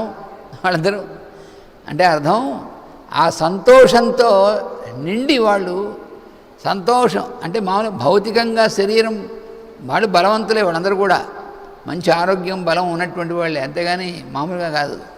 కానీ హృష్టపుష్ట అని కలిపి చెప్పాడంటే ఈ కలిగినటువంటి సంతోషం అనేటువంటిది ఉందే, రాముడు వస్తున్నాడని ఆయన చూస్తామనేటువంటి సంతోషం, దాంతో పుష్టి పెరిగినటువంటి వాళ్ళు అన్నమాట. ఆ పుష్టత అనేటువంటిది ఈ హృష్టత వల్ల ఉంది. తుష్టి పుష్టి అన్నట్టుగాను దీంతో మిళితమైనటువంటిది అనమాట అది. అందుకని అలా చెప్తున్నాడు. హృష్ట పుష్ట జనాకీర్ణం అంటూ అలా ప్రజలతో ఆకీర్ణం నిండిపోయి ఉందిట అయోధ్యాం. అటువంటి అయోధ్యని ప్రవేశించాడు రాముడు. తతో హ్యభ్యుచ్ఛ్రియన్ పౌరా పతాకాశ్చ గృహే గృహే ఐక్ష్వాకా అధ్యుషితం రమ్యం ఆససాద పితుర్గృహం. అప్పుడు ఆ పురవాసులు అందరూ కూడా వాళ్ళ ఇళ్ళ మీద కూడా పెద్ద పెద్ద పతాకాలు ఎగరేశారట. రాముడి యొక్క ఇంత విజయం అనేటువంటిది పొంది వచ్చినటువంటి వాడు మన రాముడు. అంత అంత పెద్ద పెద్ద భయంకరమైనటువంటి రాక్షసుని సంహరించి దుష్ట సంహారం చేసి విజయం అనేటువంటి పొంది వచ్చినటువంటి వాడు అని ఆయన వస్తుంటే వీళ్ళందరూ కూడా వాళ్ళ ఇల్లు కూడా అలంకరించుకుని ప్రతి ఒక్కళ్ళు అందరూ కలిసి అందరి ఇళ్ళు అలంకరించేశారు. అయోధ్య మొత్తం అలంకరింపబడింది. ప్రతి ఇంటి మీద కూడా పతాక, విజయ పతాకం అన్నమాట అది. అందరూ పతాకం ఎగరేశారట. ప్రతి ఇల్లు కూడా వాళ్ళ పతాకం ఎగరేశారట వాళ్ళు. అలాగా పతాకాశ్చ గృహే గృహే ఐక్ష్వాక అధ్యుషితం అంటే ఇక్ష్వాకు యొక్క వంశంలో దిగి వచ్చినటువంటి వాడు. అటువంటి రమ్యం ఆససాద, అటువంటి తండ్రి గారి యొక్క, ఇప్పుడు రాముడు ఎక్కడికి వెళ్తున్నాడు? నగరంలోకి వచ్చి, అంటే అంతా కూడా అయోధ్యే. అందులో అక్కడి నుంచి వచ్చి ముందు ఎటు వెళ్తున్నాడంటే తండ్రి యొక్క భవనంలో ప్రవేశిస్తున్నాడు. అక్కడ ఎవరు ఉంటారు? తల్లులు అక్కడ ఉంటారు కదా, అక్కడ ప్రవేశిస్తున్నాడు. అథాబ్రవీద్ రాజపుత్రో భరతం ధర్మిణాం వరం అర్ధోపహితయా వాచా మధురం రఘునందన పితుర్భవనమాసాద్య ప్రవిశ్య చ మహాత్మనః కౌసల్యాం చ సుమిత్రాం చ కైకేయీం అభివాద్య చ. తాను రాజుగా అభిషిక్తుడు కావడానికి ముందు తన కర్తవ్యం ఏమిటి? ముందు తల్లుల దగ్గరికి వెళ్ళి వాళ్ళ యొక్క ఆశీస్సులు పొందాలి. అందుకని ఎక్కడికి వెళ్ళాడు? తండ్రి గారి యొక్క భవనంలోకి వెళ్ళాడు. అక్కడ ఉంటారు వాళ్ళ ముగ్గురు కూడా, తల్లుల ముగ్గురు కూడా. అందుకని భరతుడితో ఆయన అక్కడికి భరతుడితో కలిసి భరతం ధర్మిణాం వరం, ధర్మిణాం వరం అని భరతుడికి వేశాడు మళ్ళీ విశేషణం. ధర్మము అనేటువంటిది తన యొక్క వ్రతంగా కలిగినటువంటి వాడిలో శ్రేష్ఠుడైనటువంటి వాడు అయినటువంటి భరతుడు అన్నాడు. అంటే ఏమిటి? రాముడితో సమానమైనటువంటి విధంగానే ధర్మము యందే తన నిష్ట కలిగినటువంటి వాడు భరతుడు అని. అటువంటి భరతం ధర్మిణాం వరం, వరం అంటే శ్రేష్ఠుడైనటువంటి వాడు. రాజపుత్ర దశరథ మహారాజు యొక్క కుమారుడు అయినటువంటి భరతుడు అటువంటి వాడు.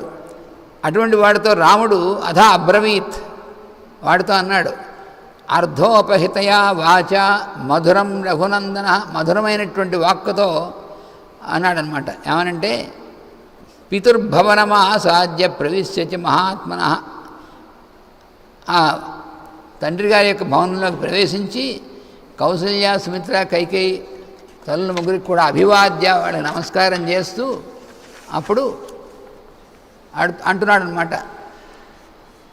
ఏమనంటే తచ్చ మద్భవనం శ్రేష్టం శాశోక వనికం మహత్ ముక్తా వైధూర్య సంకీర్ణం సుగ్రీవాయ నివేశయా. ఏమిటంటున్నాడు భరతుడితో? ముందు అంటే మాట్లాడుతూ లోపలికి వెళ్ళాట. భరతుడితో మాట్లాడుతూ లోపలికి వెళ్ళాడు. ముందు తల్లుల ముగ్గురికి నమస్కారం చేసి భరతుడితో అంటున్నాడు, మధురమైనటువంటి విధంగా మాట్లాడుతూ భరతుడితో అంటున్నాడు. ఏమనంటే తచ్చ మద్భవనం, అక్కడ నా భవనం ఉంది చూసావా, శ్రేష్టమైనటువంటిది ఆ భవనం నాది ఉంది కదా అక్కడ. స అశోకవనికం, ఇక్కడ కూడా అశోకవనం ఉంది ఆ భవనం చుట్టూ కూడా. మహత్, చాలా చక్కటి అశోకవనంతో కూడినటువంటిది. ముక్తా వైడూర్య సంకీర్ణం, ముత్యములు వైడూర్యమణులు ఇవన్నీ కూడా పొదగబడినటువంటిది. మద్భవనం అంటే రాముడి కోసం ఏర్పాటు చేసినటువంటి భవనం ఉంది. దాంట్లోకి సుగ్రీవాయ నివేశయ, సుగ్రీవుణ్ణి అందులో పెట్టబోయ్ భరత అన్నాడు. అది రాముడు చెప్తోంది. తన కోసం బ్రహ్మాండంగా వైఢూర్యాలు ముత్యాలు వైఢూర్యాలు వాటితో అలంకరించి సువర్ణమయమైనటువంటిది ఆ భవనం ఉందే, చక్కటి చుట్టూ గార్డెన్ ఇవన్నీ ఉన్నటువంటి అశోకం వృక్షాలతో ఉన్నటువంటిది. ఈ ఉత్తమమైనటువంటి నా భవనాన్ని దాంట్లో సుగ్రీవుణ్ణి వాడికి అందులో వాడి గెస్ట్ హౌస్గా ఇమ్మంటున్నాడు తన భవనాన్ని. అంటే సుగ్రీవుడి యందు విభీషణుడి యందు రాముడికి ఎంత కృతజ్ఞతాభావం చూడండి. అందుకని సుగ్రీవుడిని అందులో ప్రవేశింపజేయి భరత. తస్య తద్వచనం శ్రుత్వా భరత సత్య విక్రమ హస్తే గృహీత్వా సుగ్రీవం ప్రవివేశతమాలయం. అన్నగారి యొక్క ఆజ్ఞ పురస్కరించుకొని సత్యపరాక్రముడైనటువంటి భరతుడు సుగ్రీవుణ్ణి చేత్తో వాడి చేయి పట్టుకుని ప్రవివేశతమాలయం, రాముడి యొక్క గృహంలోకి ఆయన భవనంలోకి ప్రవేశించి లోపల తీసుకెళ్ళాడు, సుగ్రీవుని తీసుకెళ్ళాడు. తతస్థై ప్రదీపాంశ్చ పర్యంకాస్తరణాని చ గృహీత్వా వివిశు క్షిప్రం శత్రుఘ్నేన ప్రచోదితాః.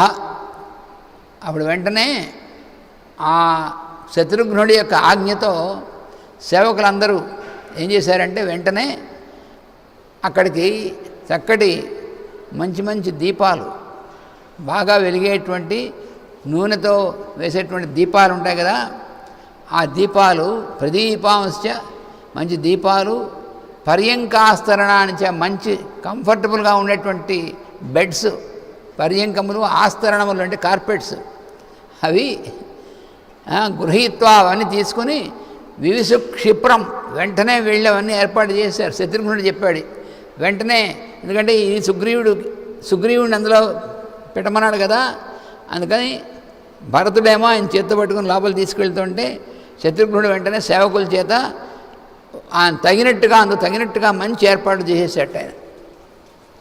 ఉవాచ చ మహాతేజ సుగ్రీవం రాఘవానుజ అభిషేకాయ రామస్య దూతానాం ఆజ్ఞాపయ ప్రభో. అప్పుడు భరతుడు ఇదంతా కూడా లోపల తీసుకెళ్ళి ఏర్పాడంతా చూపించిన తర్వాత సుగ్రీవుడితో ఏమంటున్నాడు చూసారా, ఓ రాజా అంటాడు భరతుడు సుగ్రీవుణ్ణి. మరి వానరసేనకి రాజు ఆయన కదా ఆయన, అందుకని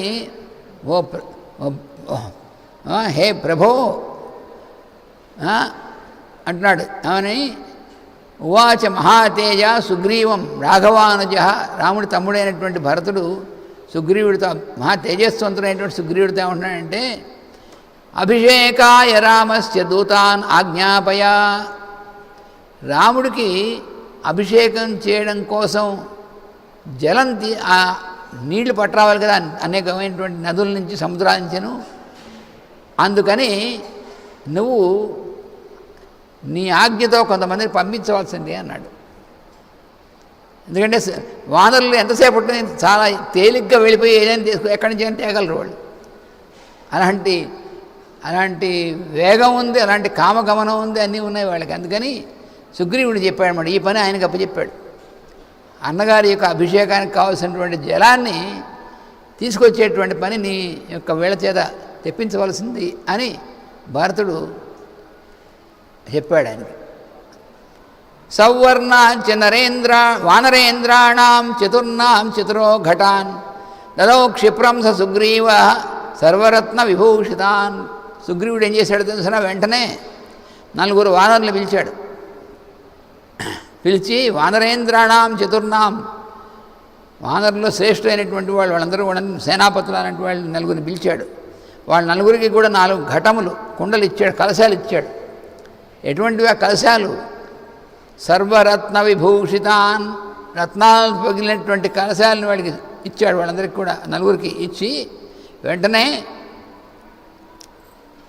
తథా ప్రత్యూష సమయే చతుర్నాం సాగర ఆంభసాం పూర్ణైర్ఘటై ప్రతీక్షధ్వం తథా కురుతవానరాహ. వాళ్ళ ఆజ్ఞ ఇచ్చాడు. ఆ 4కి ఏం చేయాలో చెప్తున్నాడు. ఏమంటే మీరందరూ కూడా ఈ ఉదయం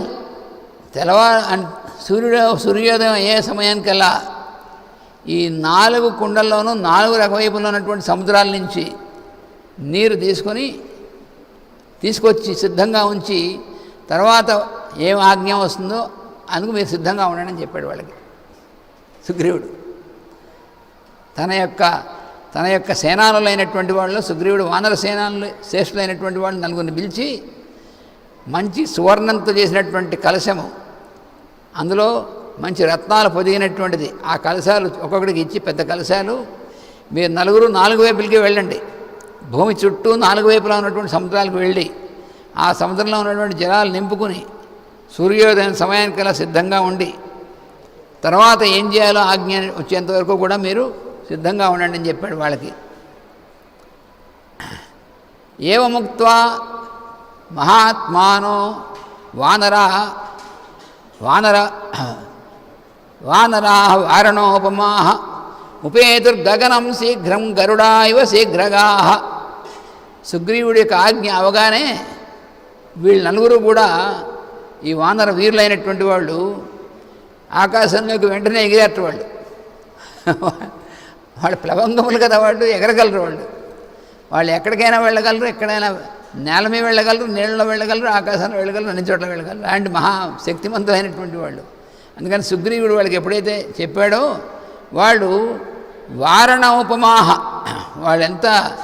వాళ్ళు విశాలమైనటువంటి శరీరం కలిగినటువంటి వాళ్ళు గరుడాహ ఇవ శీఘ్రగాహ, గరుత్మంతుడిలాగా మహావేగంగా వెళ్ళగలిగినటువంటి వాళ్ళు. గగనం ఉపేతు, ఆకాశంలోకి వెంటనే ఎగిరేటవాళ్ళు, తలవ దిక్కున ఎగిరేటవాళ్ళు ఆయన చెప్పినట్టుగా.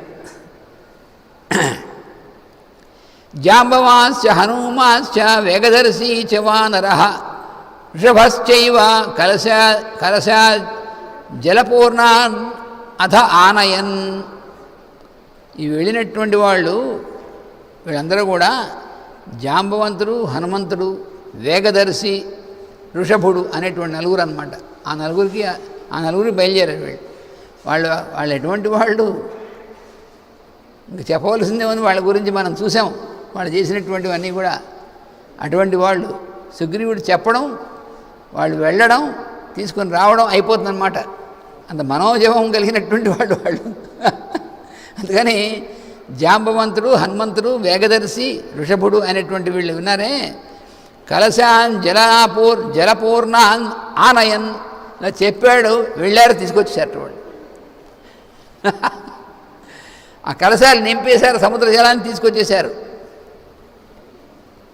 అలాగే ఇంకా ఏం చేశారు తెలిసిన, నదీ శతానాం పంచానాం జలం కుంభైరుపాహరన్. అలాగే అన్ని వైపులా ఉన్నటువంటి సముద్రంలోంచి, అంతేకాకుండా ఇంకో 5 నదుల్లోంచి కూడా జలం అంతా నింపుకొని తీసుకొచ్చి పెట్టేశారు వాళ్ళు.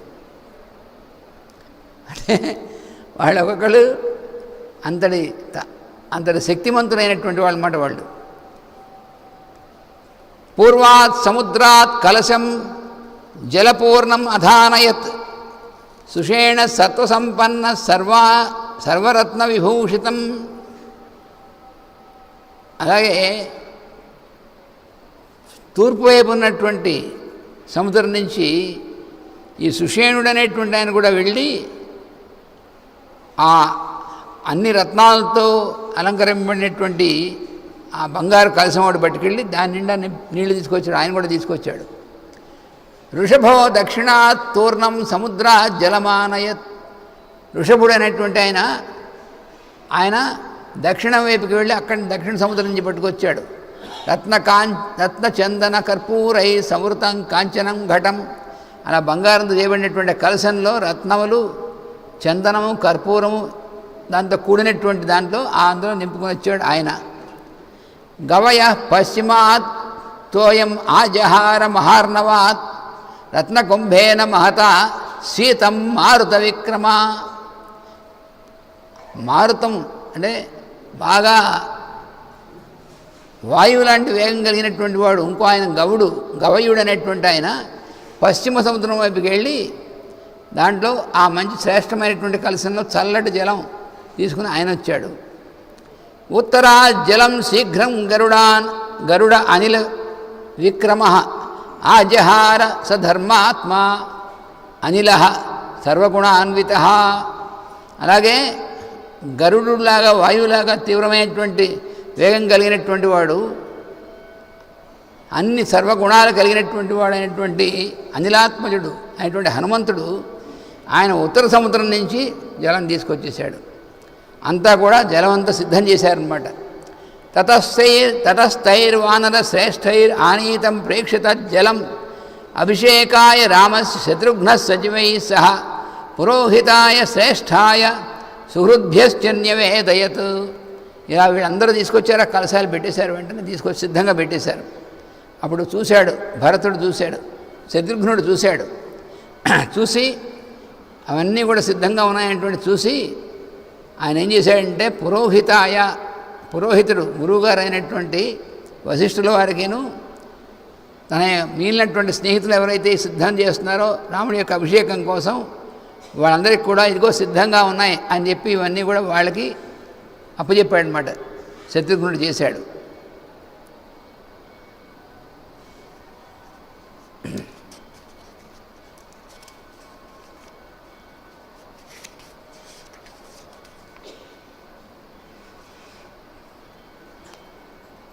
ఈ అధ్యాయం చాలా పెద్దది.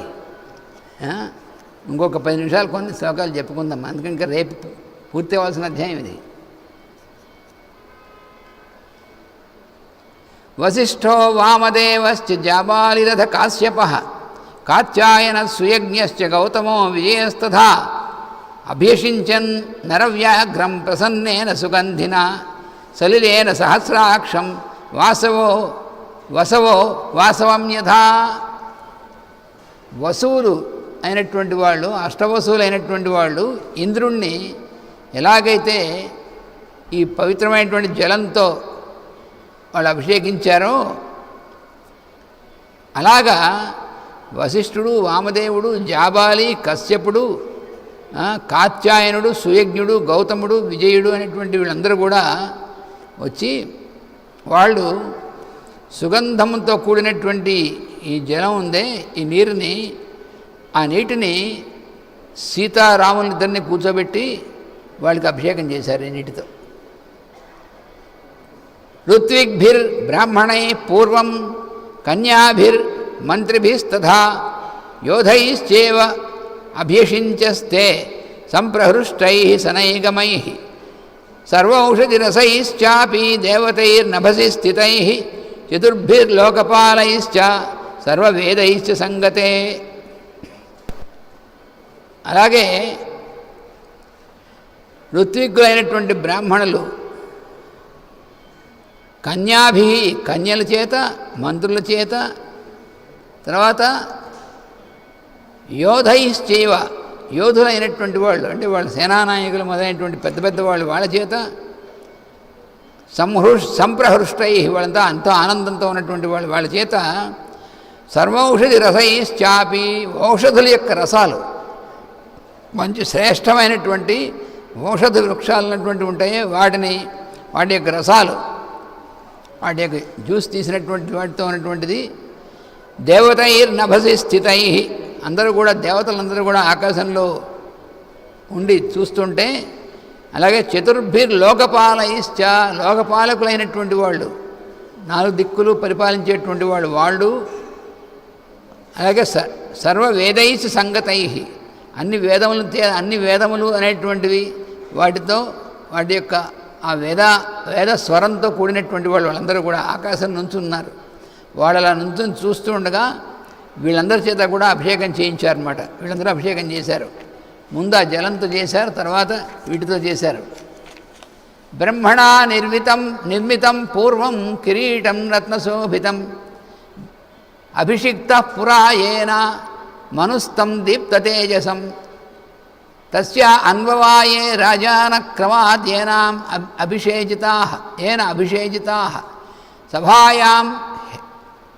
సభార్యా హేమక్లుప్తాయాం శోభితాయాం మహాధనైః రత్నైర్నానావిధైశ్చైవ చిత్రితాయాం సుశోభనైః నానారత్నమయే పీఠే కల్పయిత్వా యథావిధి కిరీటేన తతః పశ్చాద్ వసిష్ఠేన మహాత్మనా ఋత్విగ్భిః భూషణైశ్చైవ సమయోక్ష్యత రాఘవః.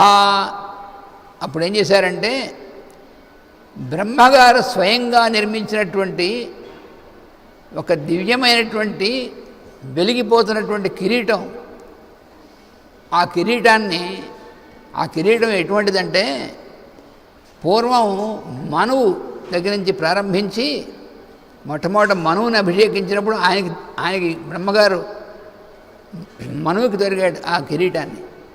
బ్రహ్మ స్వయంగా ఏర్పాటు చేసినటువంటి ఆ కిరీటాన్ని, రత్నమయమైనటువంటిది, తర్వాత చాలా శోభాయమైనటువంటిది, దాన్ని ఎప్పుడైతే మనువుని మొట్టమొదటి రాజుగా మానవులకు అభిషేకించారో అప్పుడు ఆయనకి వేసినటువంటి కిరీటం అన్నమాట అది.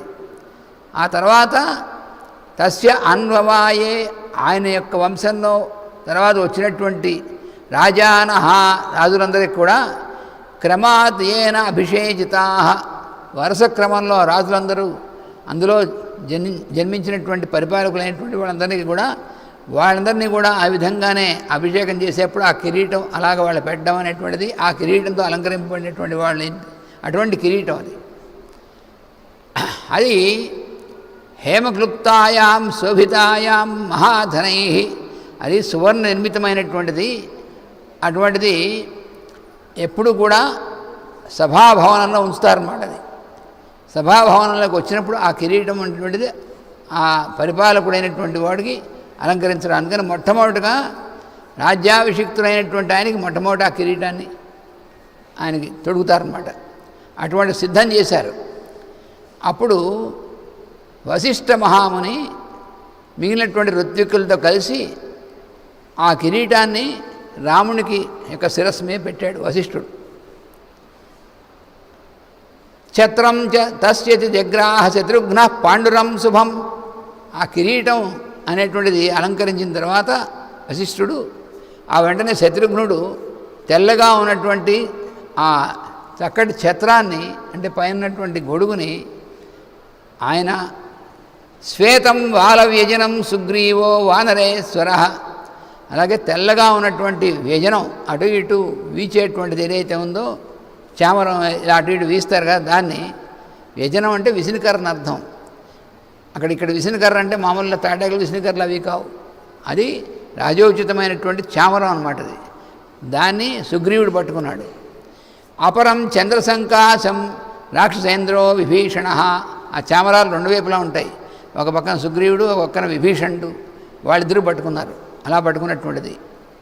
మాలాంజ్వలంతీం వపుషా కాంచనీం శతపుష్కరాం రాఘవాయ దదౌ వాయుర్వాసవేన ప్రచోదితః సర్వరత్న సమాయుక్తం మణిభిశ్చ విభూషితం ముక్తాహారం నరేంద్రాయ దదౌ శక్ర ప్రచోదితః. అప్పుడు ఇంద్రుడి యొక్క ఆజ్ఞతో వాయుదేవుడు ఏం చేశాడంటే సువర్ణమయమైనటువంటి కమలాలతో ఏర్పడినటువంటి ఒక మాల, అది అనేకమైనటువంటి మణులు ముత్యములు మొదలైనటువంటి వాటితో ఏర్పాటు చేసినటువంటి దాన్ని వాయువు ఇంద్రుడి యొక్క ఆజ్ఞతో తీసుకొచ్చి అది రాముడికి వేసేట. అదేమిటండి వాయువు వేయడం ఏమిటండి? మరి వాయువు దేవతల్లో మనకి ప్రత్యక్షంగా అనుభవింపదగినటువంటి దేవత ఆయనే కదా. అందుకని ఆయన ఆ మాల తీసుకొచ్చి ఇంద్రుడి యొక్క ఆజ్ఞతో ఆ మాలను తీసుకొచ్చి రాముడికి అలంకరించాడు. అది చెప్తున్నారన్నమాట. ఈ విధంగా ఇక్కడున్నటువంటి వాళ్లే కాకుండా దేవతలకు కూడా ఈ అలంకారాలను తీసుకొచ్చి రాముడికి అలంకరించడం ప్రారంభించారన్నమాట. మిగతాదంతా కూడా మనం రేపు చెప్పుకుంటాం. ఇప్పుడు రేపు సాయంకాలం కూడా ప్రార్థన అనంతరం వెంటనే మన రామాయణం మిగిలినటువంటి ఈ అధ్యాయంలో మిగిలినటువంటి అంతా కూడా మనం చెప్పుకోవడం జరుగుతుంది. అందుకని రేపు రోజులాగే 6 నుంచి 6:30 దాకా ప్రార్థన అయిన తర్వాత 6:30 నుంచి ఈ మిగిలినటువంటి భాగం అంతా కూడా రేపు మనం ఇంచుమించుగా ఈ పట్టాభిషేకం అనేటువంటి దీంట్లో ఈ అధ్యాయంలో పూర్తిగా చెప్పుకోవడం జరుగుతుంది. కొంచెం ఫలశ్రుతి లాంటిది ఉంటుంది చివర. ఆ ఫలశ్రుతి లాంటిది ఉంటే అది ఆ మర్నాడు మనకి ఇక్కడ రామ కళ్యాణం పట్టాభిషేకం అనేటువంటిది అయిన తర్వాత ఆ ఫలశ్రుతి భాగం అనేటువంటిది మనం చెప్పుకోవడం జరుగుతుంది. అందుకని ఆ విధంగా మనం ఇందులో మనం రామాయణం వాల్మీకి మహర్షి ఇచ్చినటువంటి రామాయణం మనం చక్కగా చదువుకోవడం, ఆ చదువుకున్నటువంటి ఘట్టాన్ని మనం ఇక్కడ రామ పట్టాభిషేకం కూడా మనం ప్రత్యక్షంగా చూడడం అనేటువంటిది, ఈ 2 ఏర్పాట్లు మనకు మాస్టర్ గారు ఈసారి ఈ గురు పూజలు మనకు ప్రసాదించారు. మన ఈ రామనామ క్షేత్రంలో నిరంతరము 88 సంవత్సరాల నుంచి నిరంతరము రామనామం ఎక్కడైతే జరుగుతుందో అటువంటి మహాపుణ్యక్షేత్రం ఈ రామనామ క్షేత్రం అనేటువంటిది. తర్వాత ఎన్నో కోట్ల రామనామం ఇక్కడ నిక్షిప్తం లోపల పెట్టబడింది. ఈ క్షేత్రంలో రామనామ స్తూపం ఉంది కదా, అక్కడ ఆ స్తూపం కిందన కొన్ని కోట్లు రాసినటువంటి మహాభక్తులైనటువంటి వాళ్ళు రాసినటువంటి రామనామం అనేటువంటిది, రామనామం లిఖితమైనటువంటిది ఉన్నాయే, అవన్నీ కూడా ఆ స్తూపం కింద నిక్షిప్తమై ఉన్నాయి. అందుకని చాలా ప్రభావవంతమైనటువంటి క్షేత్రం, మామూలు క్షేత్రం కాదు అది. చాలా మనకి ఇలా కనిపిస్తుంది.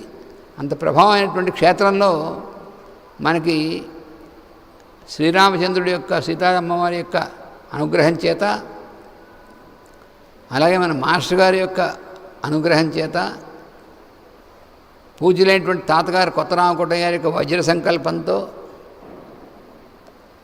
అలాగే మహానుభావులు ఈ క్షేత్రాన్ని అసలు తన తపశ్శక్తితో ఈ క్షేత్రాన్ని ఎలా అయితే ఆ భద్రుడు తపస్సు చేసి ఆ సీతారామలక్ష్మణుల్ని తన యొక్క దీని దగ్గర తీసుకొచ్చి మనందరికీ భద్రాద్రి అనేటువంటి ఏర్పాటు అవడానికి ఎలా చేశాడో అలాగా తన తపస్సు శక్తితో రాఘవ ఆంజనేయులు గారు ఈ క్షేత్రం అనేటువంటిది ఈ స్వామిని ఇక్కడ ఇలా వచ్చి నిలిచేట్టుగా ఆయన ప్రార్థించి చేసినటువంటి క్షేత్రం ఇది. అందుకని ఈ క్షేత్రంలో మనం గత 31 సంవత్సరాల నుంచి కూడా ఈ గురు పూజ మహోత్సవాలు ఇక్కడ ఈ ప్రాంగణంలో మనం జరుపుకోవడం అనేటువంటిది మన భాగ్యము, వాళ్ళందరి యొక్క అనుగ్రహం అనేటువంటి విశేషం చేత జరుగుతుంది. అందుకని ఆ సందర్భంలో మనం ఇంచుమించుగా సంవత్సరం నుంచి రోజు మనం అధ్యయనం చేసుకున్నటువంటి ఈ వాల్మీకి రామాయణం ఏదైతే ఉందో పరమ పవిత్రమైనటువంటిది. ఆ రామాయణం ఆ చిట్ట చివరి ఘట్టం దాకా కూడా మనం ఇక్కడ పరిపూర్ణం అవ్వడం ఇవన్నీ కూడా అది అసలు మనం ఆ విశేషం ఆ ప్లాన్ అంతా కూడా వాళ్ళది తప్ప మంది కాదు, మనం అనుకుని జరిగినటువంటిది కాదు, మనకు తెలియకుండా అది అలా జరుగుతున్నటువంటిది. మహావిష్ణువురాజ్ఞ అంటారు కదా, ఆ మహావిష్ణువు అయినటువంటి ఆయన అవతారం ఏంటి రాముని యొక్క ఆజ్ఞతో ఆయన అనుగ్రహంతో సీతారాముల యొక్క అనుగ్రహంతో మనకి జరుగుతున్నటువంటిది. అందుకని ఇది లోకానికి అందరికీ కూడా శుభకరమైనటువంటిది. కేవలం మన దీనికోసమే కాదు, అందరికీ కూడా ఆ సీతారాములు శుభాన్ని కలిగిస్తారు.